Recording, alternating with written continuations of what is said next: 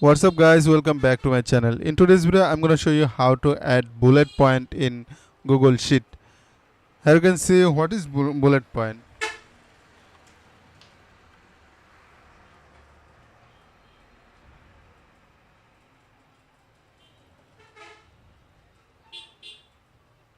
It's a bullet point. So I want to add this one in Google Docs.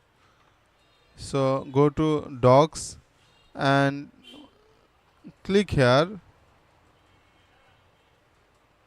type a bullet point, or you can also copy paste to here,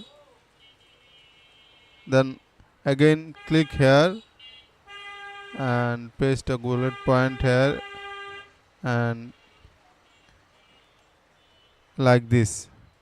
I think this is very helpful for you. If you think this is very helpful, then consider to like, comment, share and subscribe.